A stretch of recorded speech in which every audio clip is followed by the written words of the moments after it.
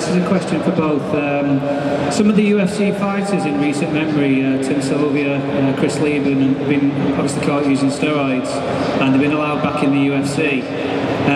Do you think taking steroids is a worse offence than bitch slapping somebody after a fight, and they should be banned for life for that? But if you take steroids, which could potentially end up killing your opponent through the extra strength or whatever that gives you, do you think that's reasonable? End up killing them? What books are you reading, dude? No, I'm saying, by taking steroids, you're making your body stronger than it should be, yeah? You go into a fight, what if Chael Sonnen would have killed Anderson Silva and then caught for taking steroids? What if Godzilla and King Kong fought in London? No. I'm saying the extra, the extra 10% or whatever he got could die. I see what you're saying. Do you understand what I'm saying? Yes. Right. Do you think that's worse than bitch slapping somebody after a fight? Paul Daly. Well, if he killed him, yes. Who's been banned from the UFC? If he killed him, yes. I'm saying, do you think that's worse? This motherfucker will get into a what-if contest with you. We'll go for days.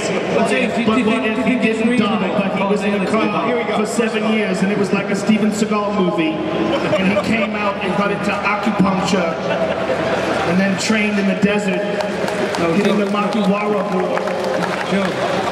What is your question? You really have a question? Is this crazy talk? Paul Daly was banned from the UFC. Yes, right. Well, you shouldn't punch people after the fight is over. Do you think that's worse?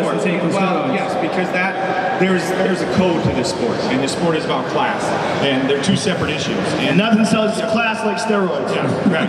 But the big issue is that you fight a guy inside the octagon. As long as you don't kill him. And you compete. As long as you don't kill him, as long as you're not, all jacked up like you said. But you don't hit somebody after the fight's over. That's just not how it was a weak fighters move. behave. It was very unfortunately. It was a weak move. It was a weak move. I think for Paul to be banned for life. Well, the real problem is with how we reacted. Yeah, he showed no remorse at all.